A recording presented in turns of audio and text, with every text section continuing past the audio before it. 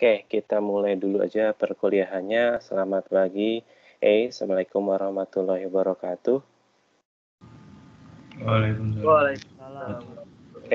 Tadi mohon maaf dulu karena ada kesalahan teknis. Jadi perkuliahan kita agak molor sekitar setengah jam 45 menit. Hari ini saya akan melanjutkan materi kita. Kemudian selama materi silahkan jika mau off kamera. Tapi nanti ketika sudah waktu diskusi silahkan on kameranya lagi. Nah, hari ini saya dan Pak Imam akan membahas mengenai lanjutan materi kita di smart rural kita. Ini ke arah ke pengembangannya, yaitu pengembangan smart rural. Nah, biasanya ini dibawakan sama satu dosen lagi. Kalau tahun lalu dosen smart rural itu ada 3 orang, saya, Pak Imam, dan almarhum Pak Uton. Tapi almarhum Pak Uton sudah meninggal, jadi saya coba mengantarkan materi dari yang dikembangkan sama Pak Uton, almarhum Pak Uton. Jadi ini materinya adalah pengembangan smart rural. Jadi kita akan lebih ngebahas bagaimana sih menggali smart village-nya ini, kemudian konsep-konsep selain smart village itu ada yang namanya smart Islamic village, itu seperti apa, nanti kita akan bahas. Kemudian nanti di akhir saya juga akan sedikit diskusi dengan kalian mengenai adat istiadat, kemudian kearifan lokal di masing-masing wilayah kalian, di desa kalian, di kabupaten kalian, yang nanti kita bisa gali, coba kita angkat, kemudian ya sebagai dasar pengembangan si smart village ataupun nanti smart Islamic village. Nah, saya akan mengantarkan teorinya terlebih dahulu. Jadi intinya dari kemajuan peradaban itu adalah sebuah interaksi, di mana interaksi itu ada sebuah yang namanya komunikasi. Jadi makin maju suatu daerah, suatu bangsa, biasanya interaksinya semakin tinggi dan komunikasinya juga semakin tinggi. Nah, sekarang di era-era teknologi 4.0 ini, komunikasi juga sudah mulai meluas, terutama dalam komunikasi masyarakat. Ada yang namanya medsos atau media sosial, itu menjembatani masyarakat untuk berinteraksi atau berkomunikasi, nggak hanya bersifat horizontal, tapi bersifat vertikal. Maksudnya horizontal itu nggak hanya sesama masyarakat saja, nggak hanya kalau geospasial itu nggak hanya dalam satu wilayah aja, tapi komunikasi sekarang itu bisa ke tingkat yang lebih tinggi, misalkan dari masyarakat ke pemerintah, pemerintah daerah, pemerintah kabupaten, pemerintah provinsi, bahkan berkomunikasi lewat media sosial ke presiden. Nah, itu udah bisa kita lakukan, karena sekarang juga kalau di zamannya Pak Ridwan Kamil, setiap SKPD diwajibkan punya Twitter. Malahan sekarang di sekretariat presiden pun mempublikasikan, membuat kegiatan-kegiatan presiden kita Pak Jokowi di YouTube. Nah, itu bisa nih ada interaksi antara masyarakat dan ke pemerintahannya. Kemudian antar tingkat sosial, ekonomi, dan budaya. Zaman dulu mungkin orang Sunda itu hanya banyak berinteraksi sama orang Sunda, atau orang Batak banyak berinteraksi sama orang Batak. Tapi dengan adanya media sosial itu udah komunikasi itu udah makin lancar. Mungkin sekarang kesukuan itu nggak terlalu bukan lekat ya, lekat sih, masih lekat, tapi nggak terlalu terkungkung kayak zaman dulu. Sekarang udah lebih banyak interaksi antar suku dan budaya. Kemudian kalau secara definisi dari media sosial atau medsos, saya diambilnya itu dari Wikipedia. adalah sebuah media untuk interaksi sosial dengan menggunakan teknik publikasi yang dapat diakses secara terukur dengan teknologi berbasis web dari yang bersifat monolog menjadi dialog. Nah, kalau kunci utama dari media sosial di zaman ini ya handphone. Jadi kita, kalau kalian mungkin udah punya Facebook, udah punya Twitter, udah punya Instagram, udah punya TikTok malahan misalkan. Nah, ini kita ya kalian memposting sesuatu biar bisa didapat, biar bisa diakses oleh orang lain, men-share komen, men-share pikiran kalian misalkan dari sebuah tweet atau men-share foto kegiatan kalian di Instagram atau di Facebook itu yang asalnya cuma satu arah, tapi sekarang udah menjadi dialog. Di bawahnya itu bisa ada yang komen, ada yang diskusi, ada yang malahan mencaci misalkan. Nah, itu adalah sebuah medsos. Jadi yang awalnya adalah monolog, hanya kalian bersifat posting foto, di bawahnya sekarang kita udah bisa berinteraksi, berkomunikasi antar masyarakat gitu dari media sosial ini. Kemudian ini ada 4 hal yang perlu disiapkan dalam Smart Rural Planning ini. Yang pertama ini adalah data. Jadi data itu sangat penting dalam pembangunan Smart Rural, perencanaan Smart Rural ini. Kenapa? Kalau lihat definisinya, Smart Rural itu adalah fenomena, realita, menyampaikan informasi yang ditulis secara spesifik ataupun tidak teratur dengan cara apapun, baik pola ataupun konteksnya. Jadi ini yang perlu kita siapkan untuk pembangunan, ya data dulu nih. Kita harus mengumpulkan data, kalian harus mengamati situasi dan kondisi lingkungan atau sekitarnya untuk menjadikan mendapatkan sebuah data. Kemudian ada juga yang namanya informasi, yaitu data yang sudah dikontekstualkan dengan kategori ukuran yang dapat menjelaskan keadaannya dalam gambaran yang lebih besar. Misalkan kalau data misalkan ada satu tukang beca di Unisba, ada satu tukang beca misalkan BIP, ada satu tukang beca di misalkan Gasibu. Tapi kalau udah diolah menjadi informasi, oh ternyata di Bandung ada 4 tukang beca yang setiap hari misalkan mangkal yang di kategori yang mangkal di A, di B, di C, dan di D. Nah, itu udah diolah menjadi informasi yang sudah kontekstualkan dalam sebuah kategori. Nah, itu bedanya data dan informasi. Kalau data itu berasal dari kata datum, singular, tapi kalau informasi itu yang singular-singular tadi, yang terpisah-pisah tadi, udah dikategorikan, udah dikumpulkan, dan menghasilkan sebuah interpretasi. Kemudian ada juga teknologi informasi, yaitu cara alat yang memiliki kemampuan mengubah data menjadi informasi. Ya, tadi kan pasti ada toolsnya nih, ada caranya, ada alatnya. Ketika kita punya data, kemudian kalian mengolah menjadi sebuah informasi.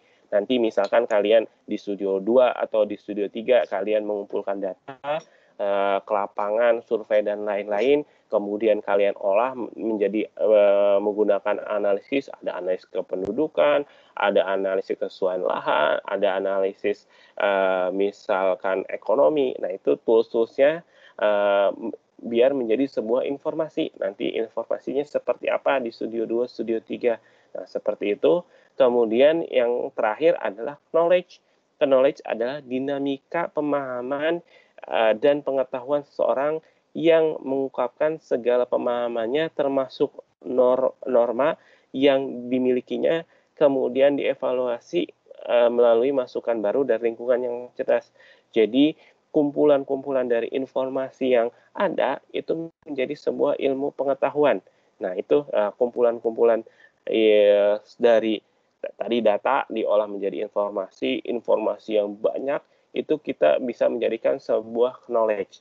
Nah, ini teknologi nanti si knowledge ini akan dikumpulkan ke dalam sebuah data yang besar atau yang namanya big data. Nah, contohnya seperti ini.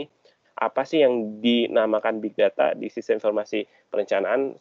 Kemarin saya sempat ada yang namanya machine learning, deep learning, dan artificial intelligence, tapi dasarnya itu big data. Big data itu seperti apa sih? Big data ya ketika semua data dan informasi dikumpulkan melalui paling gampang itu melalui internet.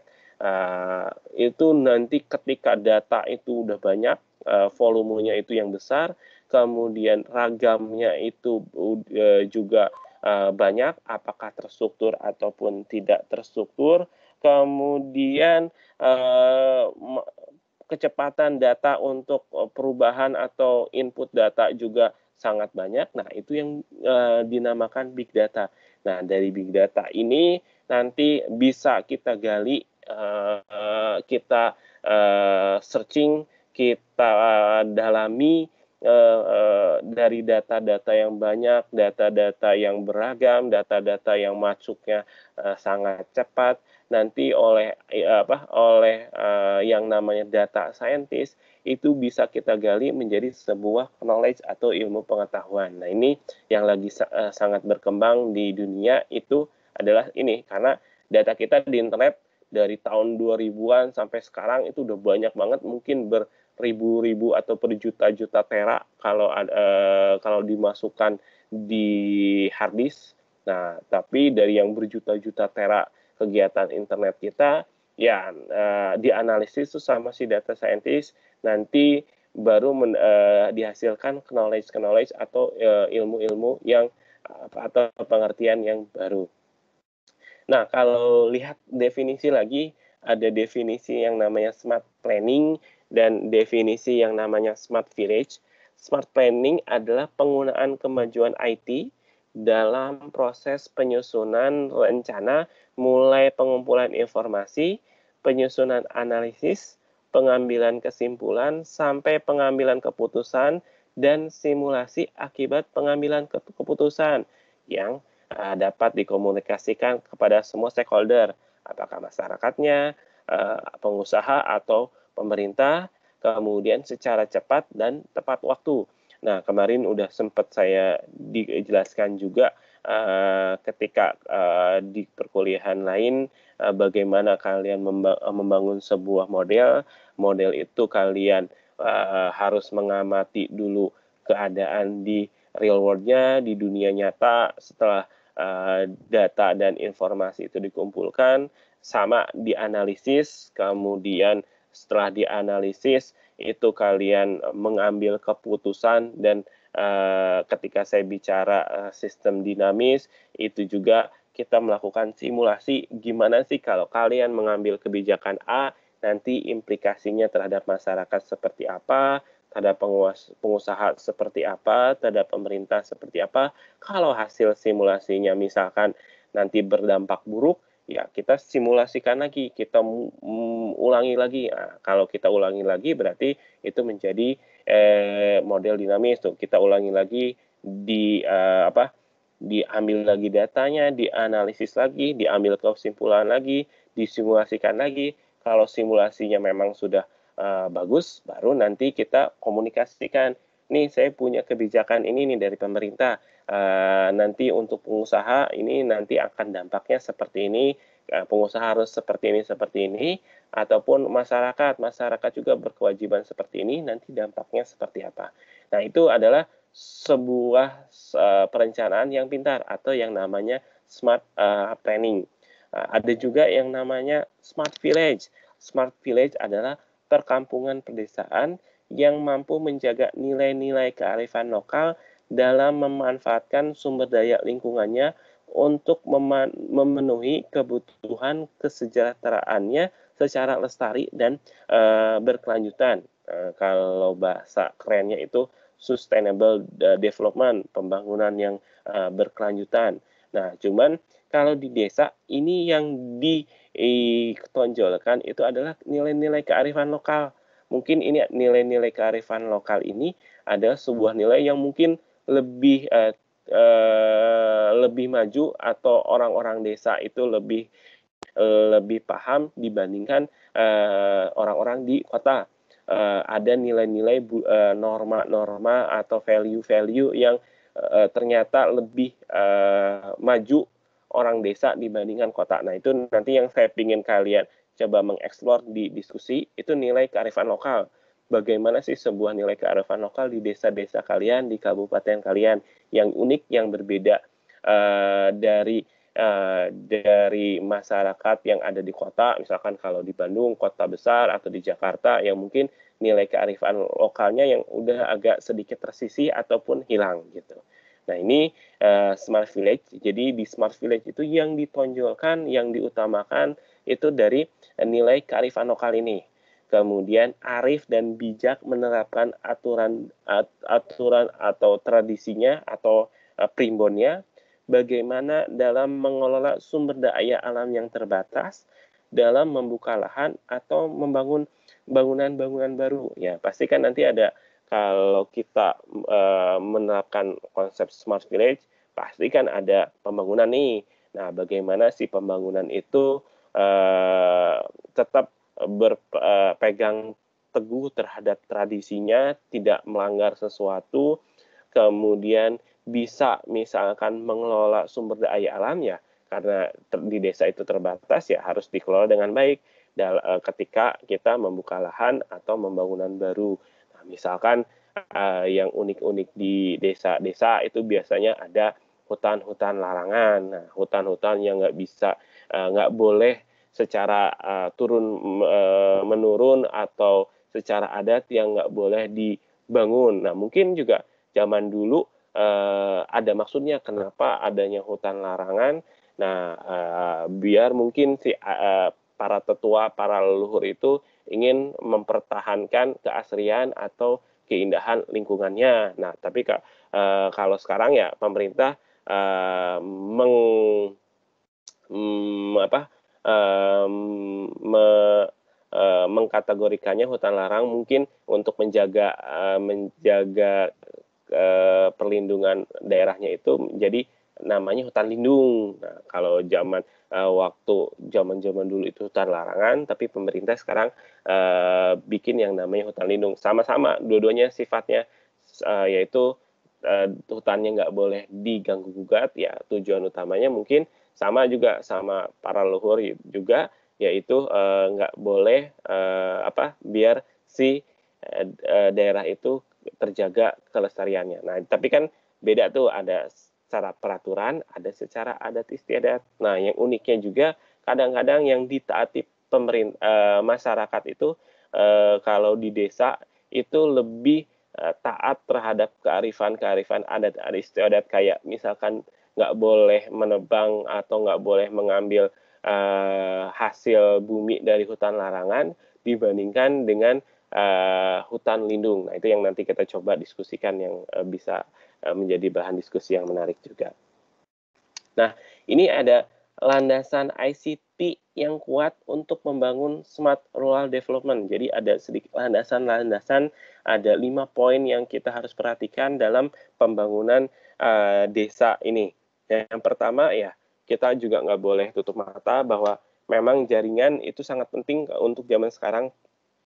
Minimal kalau zaman dulu itu harus ada jaringan radio, kemudian sekarang ada jaringan broadband, telekomunikasi, sinyal handphone, ya itu sangat penting, cukup penting juga dalam pembangunan dari telepon ataupun ke handphone. Saya pertama kali ke Papua Barat ke Papua Barat sih udah dari tahun 2008-an, tapi saya pertama kali ke pedalaman di Papua Barat itu di Bintuni, itu tahun 2014-15. Sinyal handphone juga masih susah. Jadi sinyal handphone itu hanya di kotanya aja, sementara kalau naik mobil 15 menit atau 20 menit ke arah luar kota itu udah nggak ada sinyal. Tapi ya sekarang pembangunan ya telkom tower-tower penyebaran sinyal telepon juga udah mulai masif. Jadi sama di Bintuni juga sudah lumayan bagus untuk jaringannya, udah ada 3G. Kalau 4G saya lupa apakah sudah masuk atau enggak. Dulu zaman saya pertama ke Papua itu dapat sinyal 2G aja buat telepon itu susahnya minta ampun. Saya mau ngemail aja ke warnet, nge-upload file itu cuman 10 mega itu bisa sampai setengah jam atau 45 menit. Nah, makanya memang jaringan internet itu, jaringan telekomunikasi ini sangat penting kalau untuk pembangunan smart rural ini. Jadi ini landasan salah satu landasan dasarnya. Kemudian ya ada penggunaan smart device. Ya pasti sekarang merata mungkin dari Sabang sampai Merauke bagi daerah-daerah yang memang sudah masuk sinyal internet 3G atau 4G, masyarakatnya itu udah mulai menggunakan smart device, telepon pintar atau ya itu smartphone itu sangat berpengaruh dalam pembangunan smart rural ini. Kemudian mengembangkan ruang perdesaan yang pintar, canggih, dan yaitu ke arah smart ini. Jadi ruang perdesaannya juga harus efisien, efektif. Nanti kita akan diskusikan juga. Kemudian mengembangkan aplikasi berbasis web dan e-service ya. Tentunya ini wajib dulu ada jaringannya dulu. Kalau belum ada jaringannya ya pengembangan web dan e-service juga percuma gitu. Siapa yang mau ngakses, gimana aksesnya. Tapi seperti yang saya contohkan kemarin di Jogja, ada desa yang memang udah menerapkan e-service di layanan si administrasi RT RW dan desanya tuh. Jadi bikin surat pengantar, bikin surat keterangan yang dulunya harus ke RT RW desa, kelurahan dan kecamatan.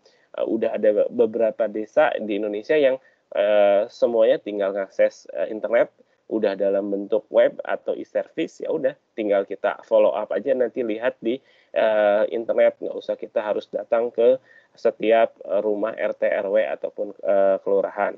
Kemudian, nah ini juga yang terakhir adalah membuka data pemerintah.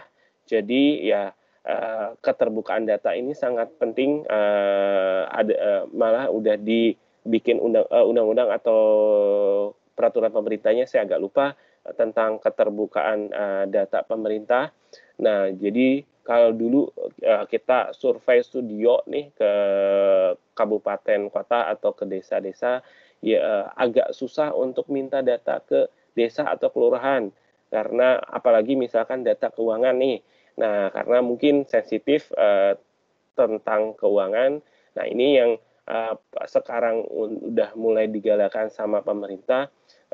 Keterbukaan data itu sangat penting. Jadi masyarakat itu bisa mengakses data-data yang ada di desa, apakah data keuangan atau data perencanaan atau data pembangunan, itu harus bisa diakses. Nanti semua data itu bisa dikumpulkan. Nah, kalau sekarang pemerintah ada program yang namanya One Data Policy. Jadi kalau periode kemarin Pak Jokowi itu ada program One Map Policy. Jadi semua peta itu dikumpulkan di Badan Informasi Geospasial. Nanti ada yang bisa kita download, ada yang memang hanya digunakan di internal kementerian. Nah, sekarang Pak Jokowi setelah berhasil dari One Map Policy, sekarang menggagas yang namanya One Data Policy. Semua data di kabupaten kota, di kementerian, pinginnya dikumpulkan dalam satu portal, satu big data yang tadi yang volumenya gede, beragam, kemudian updating datanya terus-terusan secara cepat, nanti dikumpulkan yang bisa diakses sama masyarakat. Ini program yang namanya One Data Policy. Semoga aja nanti di akhir periode One Data Policy ini bisa terwujud. Jadi kalian untuk nyari data itu nggak susah lagi, nggak kesusahan lagi, karena semua data itu udah digabungkan di portal tersebut. Kalau sekarang yang paling gampang, kalau mau cari data BPS ya tinggal masuk ke websitenya BPS, tinggal di-download. Kalau dulu data BPS itu harus ke kantornya, harus mesen dulu, kemudian mesen berbayar. Tapi kalau sekarang di website BPS kita bisa download gratis. Nah ini tentang si keterbukaan data pemerintah. Jadi ada 5 yang saya ulangin adalah jaringan broadband ataupun telepon ke HP, kemudian smart device, kemudian ruang perdesaan yang canggih, yang keempat adalah aplikasi web atau e-service, yang kelima adalah membuka data pemerintah di desa. Oke, kita masuk selanjutnya bahasanya itu tentang kalau tadi membahas masih tentang smart village. Nah, sekarang saya mau ngebahas tambahan lagi yaitu smart Islamic village settlement. Jadi sebuah pemukiman yang pintar berbasiskan desa di perdesaan, berbasiskan Islam di perdesaan. Jadi bisa didefinisikan dengan desa-desa yang memiliki perkampungan adat yang sesuai dengan ajaran Islam dalam memanfaatkan sumber daya alam secara lestari dan berkelanjutan. Secara arif dan bijak, mereka membaca tanda-tanda alam sesuai dengan petunjuk Quran dan hadis, menerapkan aturan-aturan secara tradisi Islam dengan menjadikan masjid sebagai pusat pemukimannya, serta bagaimana membangun bangunan-bangunan baru sesuai dengan syariat Islam. Nah, ini adalah salah satu definisi dari Smart Islamic Village Settlement. Jadi salah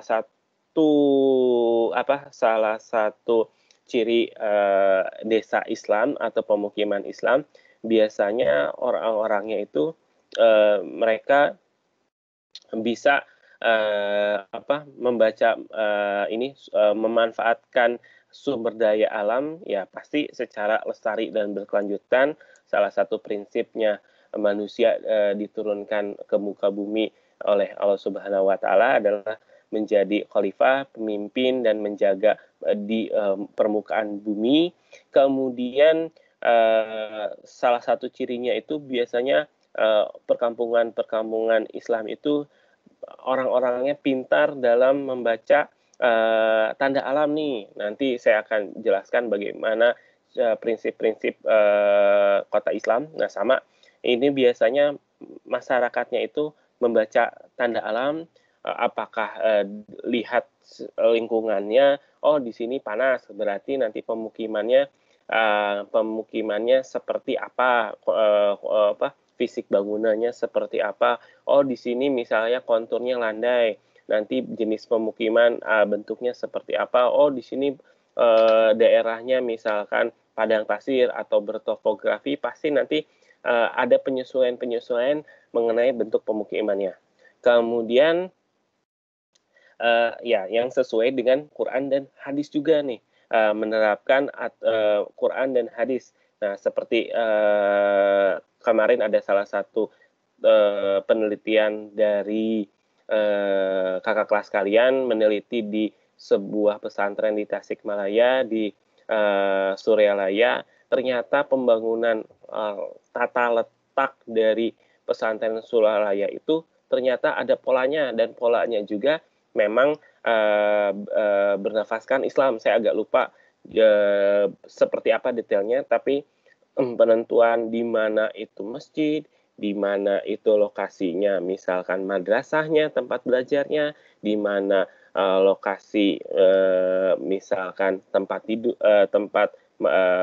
santri tidurnya, itu ternyata ada pola-polanya dan semuanya juga punya arti di Islam. Nah, jadi memang kalau biasanya di perkampungan-perkampungan Islam itu seperti itu. Jadi mereka udah ada hitungannya secara tradisional seperti apa peletakannya. Kemudian ciri utamanya biasanya ada masjid itu sebagai pusat pemukimannya. Pusat pemukimannya itu ada masjid di tengah-tengah misalkan desa itu biasanya dijadikan pusat kegiatan, mau kegiatan sosial, kemudian mau kegiatan ekonomi dan lainnya. Nah, kemudian membangun bangunan-bangunan baru sesuai dengan syariat Islam. Nah, itu nanti kita bahas juga. Kemudian ini ada 7 atribut dalam perdesaan lestari. Hampir-hampir sama kayak smart city. Ada komponen-komponennya juga. Misalkan kayak ini adalah misalkan kelembagaan dan peranata institutionalization. Kalau di smart city itu smart government-nya, kemudian komunitas perdesaan atau inclusive community. Jadi bagaimana sih komunitas-komunitas yang ada di desa itu dioptimalkan, ada yang namanya Karang Taruna, ada yang namanya misalkan gabungan kelompok tani atau Gapoktan, atau kalau di Jawa Barat itu namanya kelompok CAI. Nah, itu bagaimana sih kelompok-kelompok itu dalam berperan aktif dalam membangun sebuah desa yang lestari. Nah, itu nanti kita bikin program-programnya tuh untuk si desa lestari dari sisi komunitas. Ada juga dari sisi atribut ekonomi pedesaan berdaya saing. Nah, kalau di smart city itu namanya ada smart ekonomi. Nah, sama kompetitif lokal economic development. Jadi membangkitkan daya saing lokal, produk-produknya yang desa itu bisa dipasarkan ke luar wilayahnya, kemudian dengan kualitas produk yang baik, harga yang terjangkau, dan ya nanti bisa mendapatkan profit yang maksimal gitu. Kemudian pendaya gunaan sosial budaya, socio-cultural development, kemudian infrastruktur, urban rural infrastruktur, bagaimana menghubungkan dari desa ke kota untuk memasarkan produknya. Kalau sekarang infrastruktur itu nggak hanya jaringan jalan, kalau dulu ya hanya jaringan jalan yang mengangkut misalkan hasil pertanian dari desa ke kota. Kalau sekarang ya infrastruktur itu juga bisa berbentuk internet. Bagaimana biar nanti orang-orang desa itu bisa memasarkan produk-produknya itu jauh, mau ke seluruh Indonesia ataupun bisa juga ke seluruh dunia. Kemudian perlindungan lingkungan. Nah, kalau di smart city itu ada yang namanya smart environment, environmental preservation. Bagaimana sih pembangunan desa itu melindungi lingkungannya. Misalkan kalau sekarang teknologi-teknologi yang sudah ada mengenai pertanian, ada yang namanya pertanian organik, tidak menggunakan pupuk dan pupuk kimiawi dan pestisida untuk membunuh hama. Jadi menggunakan bahan-bahan yang bersifat alami biar tidak mengotori, mencemari lingkungannya. Nah, itu salah satu prinsipnya, misalkan. Kemudian perancangan ruang desa, pedesaan yang responsif dan adaptif. Kalau bahasa Inggrisnya responsive spatial rural planning and design.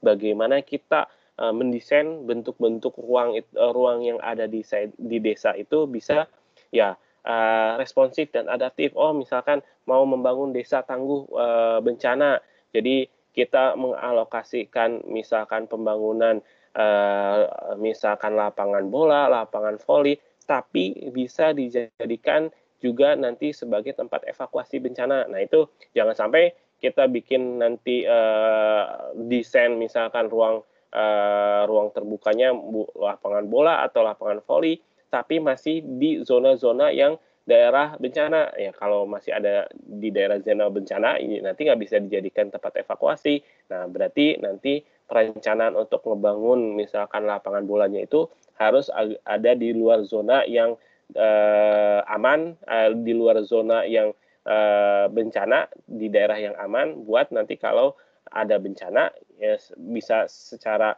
adaptif bisa berubah menjadi tempat pengungsian. Nah, seperti itu. Yang terakhir tadi kelembagaan Pranata atau smart government-nya. Jadi si desa-desa itu harus terbuka, harus lebih efektif lagi bagaimana si pemerintahnya dalam mengelola di desa. Nah, ini yang menarik juga, ini adalah konsep Islamic Rule of Smart. Ini sebenarnya oleh almarhum Pak Uton tahun kemarin itu lagi coba digali bagaimana sih konsep dari Islamic Rule of Smart. Kemarin tahun lalu almarhum Pak Uton itu lagi sebelum meninggal lagi giat-giatnya diskusi sama Profesor Ibrahim dari UTM dari Malaysia, bagaimana sih mengembangkan konsep dari Islamic Rule of Smart. Nah, ini juga nanti kalau kalian mau meneliti ketika nanti udah tingkat akhir, tingkat 4, mau mengembangkan bagaimana sih Islamic Rule of Smart, karena konsep ini sebenarnya belum ada, belum ada, mungkin nggak hanya belum banyak, mungkin belum ada yang membahasnya secara dalam tentang si konsep Rule of Smart ini. Jadi apabila pengertian smart itu cerdas dan pintar dalam penggunaan kemajuan IT untuk proses kegiatan masyarakat, mulai tadi penyusunan rencana, mulai dari penyusunan informasi, penyusunan analisis, pengambilan kesimpulan, sampai pengambilan keputusan, kemudian dikomunikasikan dengan stakeholder secara cepat dan tepat waktu, dan tanda highlightnya di sini adalah yang sesuai dengan syariat Islam, maka dapat disebut dengan Islamic Rule Smart. Jadi ada komponen ini aturan-aturan Islam atau syariat Islam yang diterapkan dalam tadi perencanaan, kemudian analisisnya, kemudian kesimpulannya, apakah kesimpulan yang diambil itu sesuai dengan syariat Islam atau enggak. Nah, kalau misalkan untuk konsep Islamic Rule of Smart, jadi segala keputusan-keputusan yang diambil pemerintah itu ya harus disandingkan dulu sama syariat Islam, apakah memang sejalan atau bertolak belakang. Nah, ini masih konsep-konsep ini masih banyak bisa digali karena belum banyak yang meneliti juga. Ini untuk Islamic Rule of Smart. Nah, saya ingin nanti kalian dalam waktu diskusi yang setelah ini kita diskusi ada nggak adat istiadat kemudian yang khas di kalian, kemudian yang tanda kutip masih sejalan dengan konsep syariat Islam yang bisa kita teknologi atau dibalut dalam bentuk smart ini. Nah, ya kita coba gali, nanti kalian punya ide apa, nanti kita akan diskusikan bersama dua arah dari kalian yang ngasih ide, nanti saya kasih pendapat, mungkin teman-temannya akan mengomentari juga lebih baik gitu. Nanti kita akan diskusi masalah tentang si konsep Islamic Rule of Smart, tentang adat istiadat, kearifan lokal, syariat Islam di daerah kalian, dan bagaimana sih membalutnya atau membungkusnya dalam tatanan smart ini. Nah, ini yang saya ceritakan di awal. Jadi saya ngutip dari penelitian orang lain. Jadi dalam penelitian orang itu disebutkan bahwa ada prinsip utama dari kota-kota Muslim yang ada di dunia. Jadi mereka dalam penelitian itu mempelajari beberapa kota Muslim yang ada di dunia, kemudian mengambil benang merahnya, saripatinya seperti apa sih prinsip desain dari kota-kota Muslim yang ada di dunia. Nah, yang pertama biasanya dia mempertimbangkan aspek natural laws atau aturan alamnya. The first principle that define much of the character of the Muslim city is the adaptation of the built form and plan of the city to the natural circumstance expressed through weather condition and topography. Jadi kalau biasanya di perkampungan Muslim atau di kota-kota Muslim yang ada di dunia ya, seperti yang saya jelaskan tadi, dia bisa beradaptasi dengan kondisi-kondisi alam, apakah cuacanya, apakah topografinya. Jadi nanti dari beberapa penelitian yang sudah dilakukan, yaitu mereka kota Islam itu pasti sangat adaptif terhadap alamnya.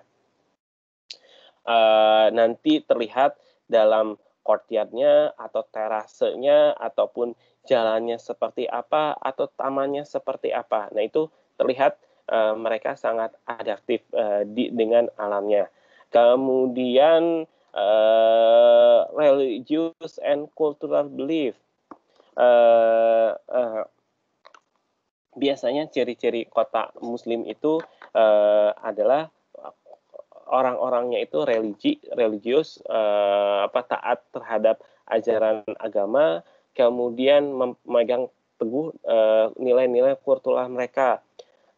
The religious belief and practice form the central of the cultural life for this population, thus giving the mosque the central position in spatial and institutional hierarchy. Nah, biasanya ya ini kota-kota Muslim yang ada di dunia itu dia meletakkan masjid sebagai pusat kotanya secara spasial, keruangannya pasti biasanya di tengah-tengah, tapi nggak hanya secara spasial, tapi secara institusional sebagai tadi pusat kegiatan mereka, nanti bisa ada juga yang dijadikan masjid itu sebagai pusat pendidikan, pusat pemerintahan. Nah, itu biasanya ciri-cirinya adalah ada masjid di tengah-tengahnya sebagai sumber kegiatan di kota tersebut.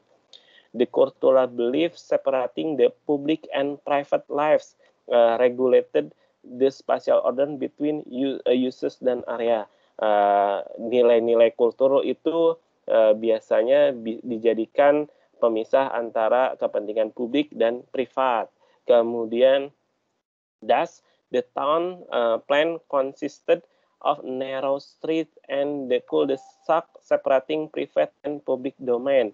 Jadi biasanya rencana kotanya itu membagi dengan jalan, memisahkan mana yang privat atau publik. Kemudian while the land use emphasize the separate of male and female user. Ya, kadang-kadang juga dipisahkan tuh untuk kegiatan tempat-tempat aktivitas kegiatan laki-laki dan perempuan. Kemudian konsekuensinya ada economic activity that involve exchange and public presence was separated from residential use and concentrate in public area in the main street.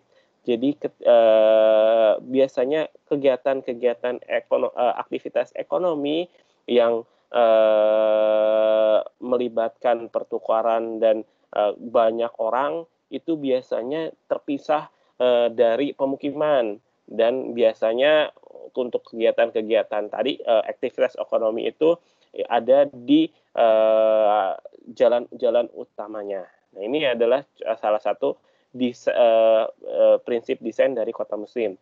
Kemudian yang ketiga itu tentang syariah law atau hukum Islam law. The Muslim city also reflected the rules of syariah atau Islam law. Jadi biasanya kota-kota Muslim itu mencirikan dari peraturan Islam in term of physical social relation between public and private realms. Jadi apakah secara fisik ataupun hubungan sosial yang mengatur publik dan privat, and between neighbor, ketetanggaan ataupun komunitas sosial. The privacy principle was made into law.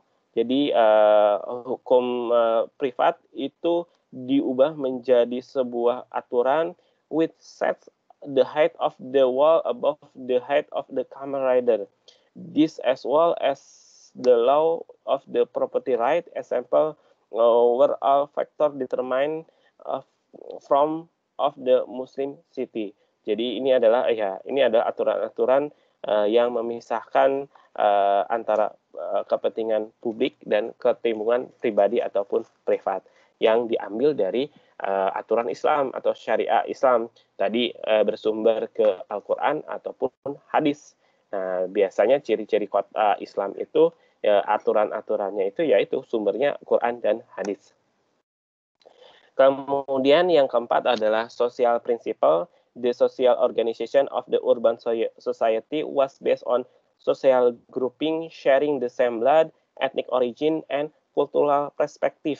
Jadi ya di kota-kota Muslim itu udah ada organisasi sosial yang berdasarkan keturunan, same blood, etnik ataupun cultural perspective.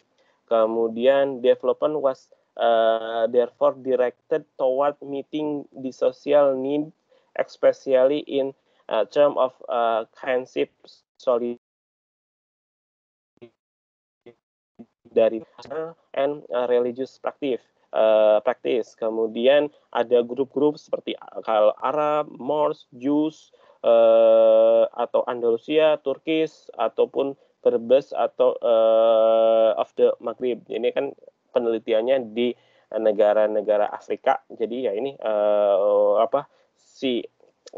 sosial grupnya atau kultur si suku-sukunya ada suku Arab, Moors, Jews dan lain-lainnya. Ini adalah ciri-ciri prinsip dari kota-kota Muslim yang ada di dunia. Nah, kalau ini ada ciri-ciri fisik. Biasanya ada 7 ciri fisik kota Muslim yang ada di dunia, yaitu biasanya ada main mosque, masjid utama yang menjadi tadi sentral dari semua kegiatan. Kemudian ada suks itu pasar, biasanya dekat-dekat dengan masjid tapi agak di luar sedikit sebagai pusat aktivitas ekonomi. Kemudian ada citadel itu kayak pusat pemerintahannya. Biasanya raja kan punya kantornya sendiri, kemudian dikelilingi oleh misalkan pemukiman kerajaan, nah itu punya kompleksnya sendiri. Kemudian yang 4 itu residensial, ya tempat-tempat pemukiman warganya. Kemudian street network yang memisahkan tadi jaringan jalan yang memisahkan mana yang pemukiman publik, mana yang tadi ke masjid, mana yang tadi ke pemisah antara pemukiman dan citadelnya. Kemudian wall. Nah, ini kadang beberapa kota Muslim dunia itu kebanyakan itu punya dinding-dinding untuk membatasi kotanya. Ya bisa aja misalkan untuk mengamankan mereka dari serangan dan lain-lain, ataupun eksterior itu seperti ada tamannya, ada taman kota, ada ruang publiknya, ada kayak pemakamannya. Nah, ini adalah 7 ciri utama dari secara fisik dari kota-kota Muslim. Kalau saya jelaskan, kalau saya lebih dalam seperti ini. Yang pertama itu the main mosque, masjid utamanya, it occupied the heart of the town. Jadi adalah pusat dari kota, heart of the town, jadi jantungnya, hatinya dari kota tersebut. Was usually surrounded by the sucks. Biasanya dikelilingi oleh pasar, as the case of the Zaitun Mosque in Tunis and Central Mosque in Isfahan. Jadi sebagai contoh kasusnya Masjid Zaituna di Tunisia dan Central Masjid Utama di Isfahan. Kemudian this was where weekly Friday prayer was held. Biasanya digunakan untuk sholat Jumat, sholat mingguan ya, sholat Jumat. And attached to it there was the madrasah providing religious and scientific teaching. Dan biasanya di sana itu berdampingan, kemudian dilengkapi dengan madrasah, ya sama di kita juga namanya madrasah. Madrasah itu tempat belajar, mengaji, dan ada juga scientific teaching, ilmu pengetahuan alam dan segala macam. Itu ciri yang pertama itu tadi main mosque atau masjid utama di sebuah kota itu ya sama. Di Bandung ada Masjid Agung Bandung, Kemudian di Tasik juga ada Masjid Agung Tasik. Hampir semua di Demak juga ada masjid yang Sultan Kalijaga, kalau nggak salah apa, yang menjadi pusatnya di kota tersebut. Hampir semua kota di Indonesia juga punya Masjid Agung yang dulunya menjadi pusat kegiatan. Ya sekarang sih agak sedikit bergeser, mungkin pusat kegiatannya bergeser ke mall atau kemana gitu. Tapi kalau dulu pusat kegiatan itu ada di alun-alun atau ya biasanya alun-alun itu di samping masjid gitu. Kemudian ada SUKS, located outside the main mosque, provide the economic activity in the town. Jadi biasanya terletak di luar dari masjid dan menyediakan aktivitas ekonomi untuk si kotanya tersebut. Goods sold were usually spatially distributed corresponding to their nature. Jadi kebutuhan-kebutuhan sehari-hari biasanya dijual dan berdasarkan dari hasil alam yang ada di sekitar mereka. Sacred item, sacred itu sacred itu sakral bisa, atau khusus, item khusus such as candle seperti lilin, incenses, and parfum were sold close to the mosque, as well as item that would be sold by bookseller and binders. Nah, kalau zaman dulu di Masjidil Haram atau Masjid Nabawi, di sekitar Masjidil Haram itu ada ada toko-toko yang menjual buku, yang menjual parfum di sekitar Masjidil Haram tuh. Tapi nggak tahu sekarang, saya belum ke sana lagi bagaimana kondisinya. Katanya sih udah renovasinya, tapi udah direnovasi. Tapi kalau biasanya sih ciri khas kota Muslim itu di pusat kotanya masjid, di samping-sampingnya itu yang ada jual buku, parfum dan segala macam, dan baru di luarnya lagi di agak jauh sedikit lagi itu baru pasar-pasar yang menyediakan kebutuhan sehari-hari, goods tadi. Kalau di Masjidil Haram ada yang namanya pasar Seng kalau orang Indonesia. Nah, itu orang Indonesia sering belanja di sana karena katanya murah-murah, itu menyediakan tadi goods itu kebutuhan sehari-hari. Kemudian nah ini, the central area was also the gathering of the other public activity such as social service, administration, trade, art, craft, and bath and hotel. Jadi biasanya juga sebagai tempat berkumpulnya kegiatan aktivitas publik seperti ya servis sosial, administrasi, perdagangan, kesenian, kerajinan, dan lain-lain. Itu untuk saks itu suks mungkin bahasanya, itu pasar. Kemudian yang ketiga itu adalah citadel. Citadel itu also known as kasbah, dikenal nama lainnya itu kasbah, representing the palace of the governor. The citadel was surrounded by its own walls and constituted a district on its own with own mosque, guard, office, and resident. Jadi citadel itu tadi kompleks kerajaan atau kompleks pemerintahan, malah dikelilingi oleh wall-nya sendiri, dikelilingi oleh tadi si bentengnya, kemudian dia punya masjidnya sendiri, kemudian ada penjaganya, ada kantornya, ada perumahan untuk keluarga raja juga, dan biasanya terletak di lokasi yang tinggi dari kota tersebut, kontur yang paling tinggi dan dekat dengan benteng-benteng, near the wall, perbatasan. Kemudian ada yang namanya residential quarter, dideskripsikan oleh Ekelman tahun 81 sebagai cluster of household of particular quality of life based on closeness, atau kerabat kalau di Indonesianya. Jadi adalah sebuah pemukiman klaster yang biasanya tinggalnya itu berdekatan antara saudara. Nah ini which is manifested yang manifestasi dalam personal ties itu kekerabatan, kemudian common interest, jadi punya hobinya yang sama atau pekerjaan yang sama, atau share moral unity. Jadi si pemukiman itu punya prinsip yang sama. Jadi pemukiman di kota-kota Muslim itu biasanya ini. Jadi satu kompleks itu plus saudara semua, atau satu kompleks dia misalkan pekerjaannya sama semua, atau kampung nelayan. Kemudian ada juga satu kompleks, satu klaster itu yang punya share moral unity yang sama. They were usually dense, biasanya padat tuh pemukiman klaster tersebut, and each quarter had its own mosque used only for daily prayers. Jadi di setiap klaster pemukiman itu mereka punya masjid sendiri.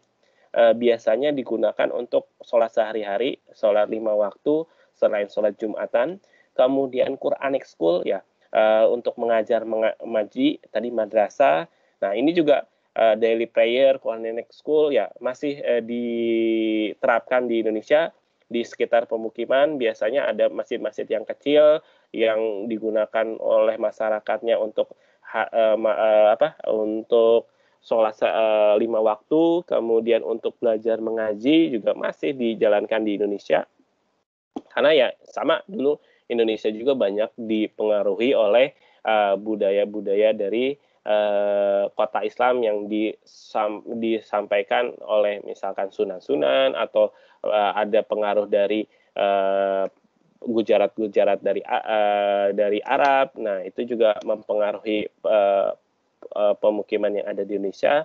Bahkan zaman dulu ada bakery, shop, and other first necessary object. Kemudian they even had their own gate which usually close at night. Biasanya juga ada gerbang, ya, sama di klaster-klaster di pemukiman di Indonesia juga sekarang kalau masuk itu ada gerbangnya. Kemudian biasanya ditutup ketika malam setelah terakhir sholat Isya. Nah, sama kan kita kalau komplek kita ditutup ya jam 8, jam 9 habis sholat Isya. Kemudian baru gerbangnya juga dibuka setelah early morning, pagi-pagi, at early prayer time, seperti di Algeria dan Tunisia. Ya, dibuka lagi ketika sholat subuh lah kalau di kita.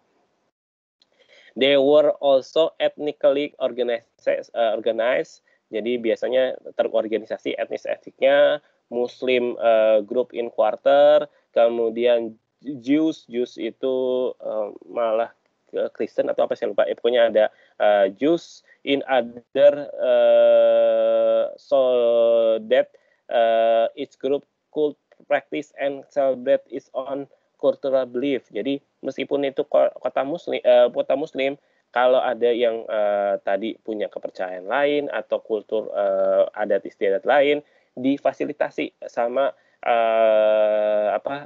kota-kota Muslim ini. Jadi ya Bhinneka Tunggal Ika-nya juga atau solidaritasnya juga cukup kuat di kota-kota Muslim. Kemudian street network connecting between this quarter and to the central place was a network of narrow winding street consisting of public and private and semi-private street and cul-de-sac. Jadi si jaringan jalan ini menghubungkan dari pemukiman ke tadi central place, pusat kotanya, apakah tadi dalam bentuk masjid, kemudian was a narrow winding street consisting of public and private, yang memisahkan daerah-daerah publik dan privat. Kemudian juga ada wall atau benteng. A wall defined was surrounded the town with a number of gate, dibangun dinding-dinding yang ada gate-gate gerbangnya. Kemudian terakhir ada exterior. These were cemeteries, Muslim and Jew cemeteries, kuburan dari Muslim atau Jews bangsa jus, kuburan dari jus. Kemudian a weekly market just outside the main gate. Jadi pasar mingguan yang ada di dekat atau di luar sedikit dari gerbang utama, where the most animal souk were held in addition to private garden and field. Jadi biasanya diadakan pasar-pasar hewan, apakah pasar kambing, apa segala macam, jualan kambing dan lain-lain. Kemudian ada ya ini taman-taman kota ataupun lapangannya itu sebagai eksteriornya. Nah, ini penjelasan dari ini secara fisiknya. Kalau ini secara prinsipnya tentang kota-kota muslim yang ada di dunia. Ciri umumnya untuk prinsip kota muslim ada memperhatikan natural law, kemudian religius, kemudian ada penerapan syariah Islam, kemudian sosial prinsipalnya. Sementara kalau dari fisiknya ada main mosque, masjid utama, pasar, suks, citadel daerah pemerintahannya, residensial pemukimannya, jaringan jalannya yang memisahkan antara setiap komponen, kemudian ada wall, ada eksteriornya. Nah, itu adalah ciri-ciri dari kota muslim. Nah, habis ini saya akan istirahat dulu 5 menit.